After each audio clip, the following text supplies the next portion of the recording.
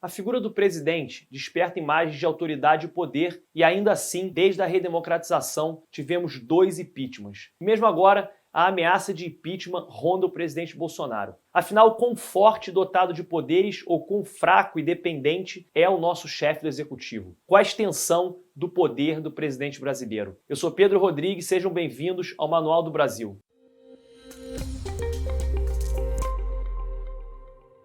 Nosso atual presidente tem um gosto por manifestações públicas de apoio a ele. Não que haja algum político que de verdade sinta desgosto por manifestações populares favoráveis, mas o presidente Bolsonaro parece ter um apreço especial. Por meio de manifestações, ele, por um lado, reforça a imagem de que seus apoiadores têm dele, como homem do povo, próximo e até fisicamente de seus eleitores. Por outro, manda uma mensagem para seus opositores, de que supostamente conta com todo esse apoio popular, de que há um apoio maciço a ele e de que sua autoridade e poder são inquestionáveis e não podem ser desafiados porque nascem diretamente da vontade do povo. Bem, ele não é o primeiro presidente brasileiro a tentar juntar forças de fora do jogo político para se fazer mais imponente frente a seus adversários. Ao mesmo tempo que tenta construir ou manter essa imagem de paladino do povo lutando contra a velha política, cheio de autoridade e força, Bolsonaro também acabou por se render ao apoio do centrão político. O resultado esperado, na realidade, em grande parte pelo caráter específico do nosso presidencialismo, chamado presidencialismo de coalizão, que, aliás, eu vou comentar sobre isso um pouco mais à frente. Mas que também comentamos um pouco nesse vídeo sobre a governabilidade do nosso presidente. Boa parte dos cientistas políticos identificam os presidentes brasileiros como tipicamente fracos, muito dependentes do Congresso, que por sua vez é muito fragmentado e marcado por inúmeras pautas particulares. Então, era mesmo só questão de tempo até Bolsonaro baixar sua guarda política. Porém, a outra parte dos cientistas políticos brasileiros discorda. Enxergam nos presidentes brasileiros um exemplo de chefe de executivo forte, dotado de poderes determinantes na política nacional. A extensão do poder do presidente da República é um tema complexo, cheio de nuances e com teorias diferentes, bastante conflitantes entre si, mas vamos dar uma breve olhada em diferentes perspectivas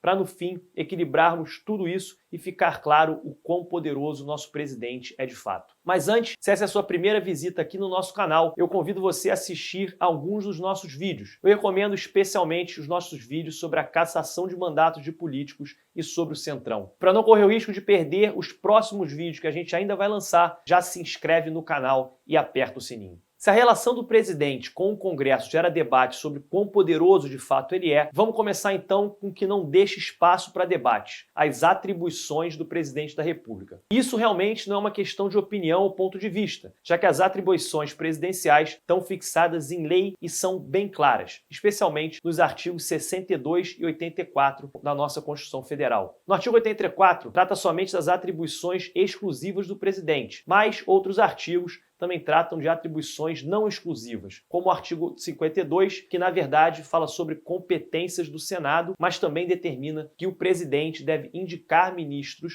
do Tribunal de Contas, porém, a aprovação dos seus nomes fica a cargo do Senado Federal. Vamos então a uma lista resumida das atribuições do presidente, exclusivas ou não. Cabe a ele nomear e exonerar os ministros de Estado e exercer com estes a administração federal. Ele também nomeia o AGU e os ministros do Supremo Tribunal Federal e dos tribunais superiores, que devem ser aprovados pelo Senado Federal. Como líder das Forças Armadas, exerce o comando supremo destas e pode decretar mobilização nacional total ou parcial. Além disso, também pode declarar guerra no caso de agressão estrangeira, mas só quando autorizado pelo Congresso Nacional. Representando internacionalmente o Brasil, nosso presidente pode celebrar tratados, convenções e atos internacionais que devem ser aprovados posteriormente pelo Congresso Nacional para ter validade. E essa lista, na verdade, continua. Eu foquei aqui nas atribuições mais relevantes, mas deixando de fora as competências legislativas ou relacionadas à legislação. Até porque cabe analisar elas com um pouco mais de profundidade, já que é através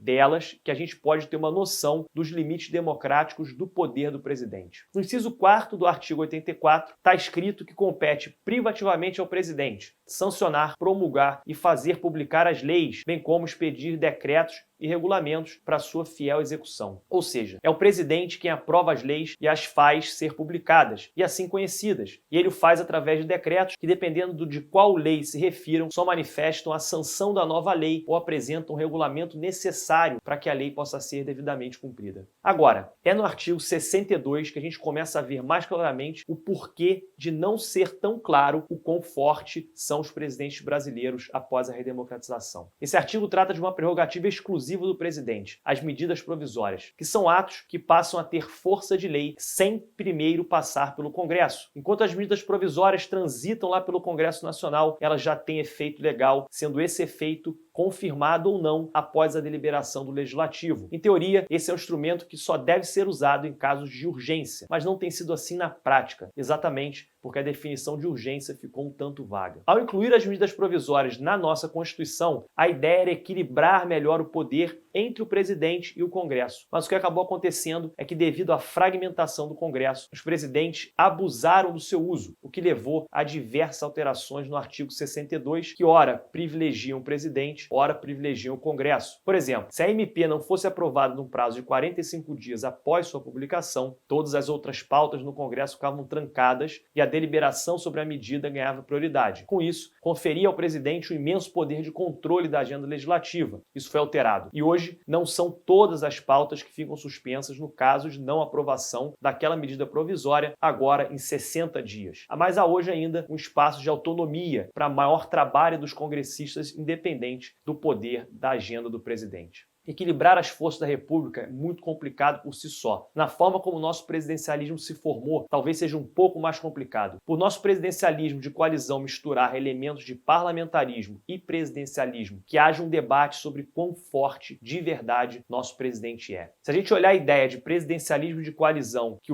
o cientista político Sérgio Abranches cunhou, a impressão que a gente tem é sim de que o presidente foi enfraquecido e hoje é refém do Congresso. Combinamos presidencialismo com multipartidarismo, através de um sistema eleitoral de lista aberta, com os estados elegendo muitas cadeiras no Congresso. No sistema parlamentarista, há coalizão quando, após uma eleição, não há maioria formada no Congresso. Assim, os partidos entram numa aliança para formar maioria e assim conseguir governar. No sistema presidencialista mais típico, não há coalizão. O presidente que ganhou vai tocar seus projetos de governo e os parlamentares podem seguir esse projeto ou formar uma oposição. Já que no Brasil é praticamente impossível o presidente eleito ter maioria suficiente no Congresso para poder permitir que ele governe. Então o presidente passa a negociar cargos e até mesmo seu projeto de governo para poder obter apoio dos congressistas e dos partidos. O problema é que existe cada vez mais partidos compondo o Congresso Nacional. Nas últimas eleições, 30 partidos formaram o Congresso e as duas maiores bancadas do PT e do PSL juntas chegavam a somente 20% das cadeiras. Ou seja, é muita gente para se negociar, muita gente representando muitos interesses diferentes. Geralmente os deputados e senadores estão mais preocupados com as pautas regionais ou dos setores que o elegeram do que com as pautas mais gerais que beneficiam a nação como um todo. Querendo ou não, o presidente tem que incluir no seu governo representantes de pautas corporativistas. Se o presidente se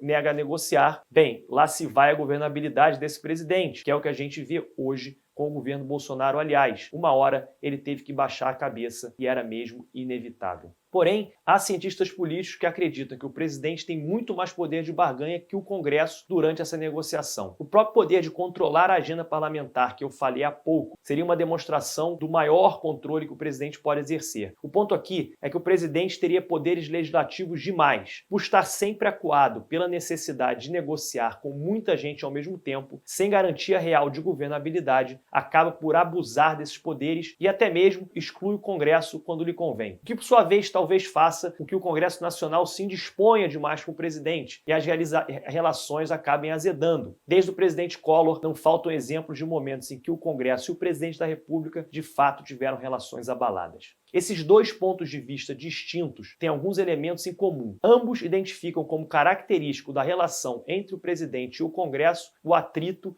e a dispersão de poder. Seria inevitável o atrito entre os poderes, o que levaria a dificuldade de governabilidade ou simplesmente exclusão dos parlamentares quando o presidente legisla, e esse atrito poderia revelar se o presidente é dependente do Congresso ou simplesmente se impõe sobre ele. A questão é que a dispersão de poder pode se dar tanto do presidente, refém da coalizão, como nos partidos que formam o Congresso. Primeiro, pela contínua fragmentação de poder parlamentar, já que a cada eleição mais partidos formam as casas legislativas. E o segundo, porque os partidos geralmente se organizam no nível estadual muito mais que no nível federal. Portanto, interesses regionais podem se sobrepor aos interesses nacionais. Além disso, a força dos partidos pode ser amenizada pela força das elites políticas regionais e pelas bancadas suprapartidárias. Há, de fato, diferentes dimensões no universo legislador brasileiro. Entre coalizões, partidos e frentes parlamentares existe uma dinâmica muito complexa. Mas isso não significa que seja uma relação conflituosa. E aqui que a gente pode entender até onde mesmo vai o poder do presidente. A gente precisa, antes de tudo, diferenciar o presidente da presidência. Ou seja, parece meio bobo, mas é sério. O presidente é um indivíduo com um projeto próprio que ele geralmente é obrigado a negociar e até adaptar à presidência. Já a presidência reúne os ministros e lideranças de partidos que formam a coalizão, enquanto o presidente e seu projeto próprio são bastante limitados pelo Congresso, a presidência consegue se impor com mais facilidade. Se a gente fizer essa diferenciação, passarmos a entender as relações entre o poder executivo e legislativo como pautados pelo diálogo e negociação, mais que pelo atrito, fica um pouco mais claro como o presidente brasileiro pode ser fraco e forte ao mesmo tempo. E mesmo com as medidas provisórias, não é do interesse do presidente obstruir o Congresso com essas medidas. E, na verdade, um presidente bem articulado vai inclusive evitar isso, sabendo que para gerar forte indisposição dos parlamentares e até mesmo rejeição dessa medida. Por esse ponto de vista, todo presidente que entra em atrito com o Congresso e faz, primeiro, por falta de habilidade de negociação e diálogo, segundo, por seus apoiadores não serem muito coesos, resulta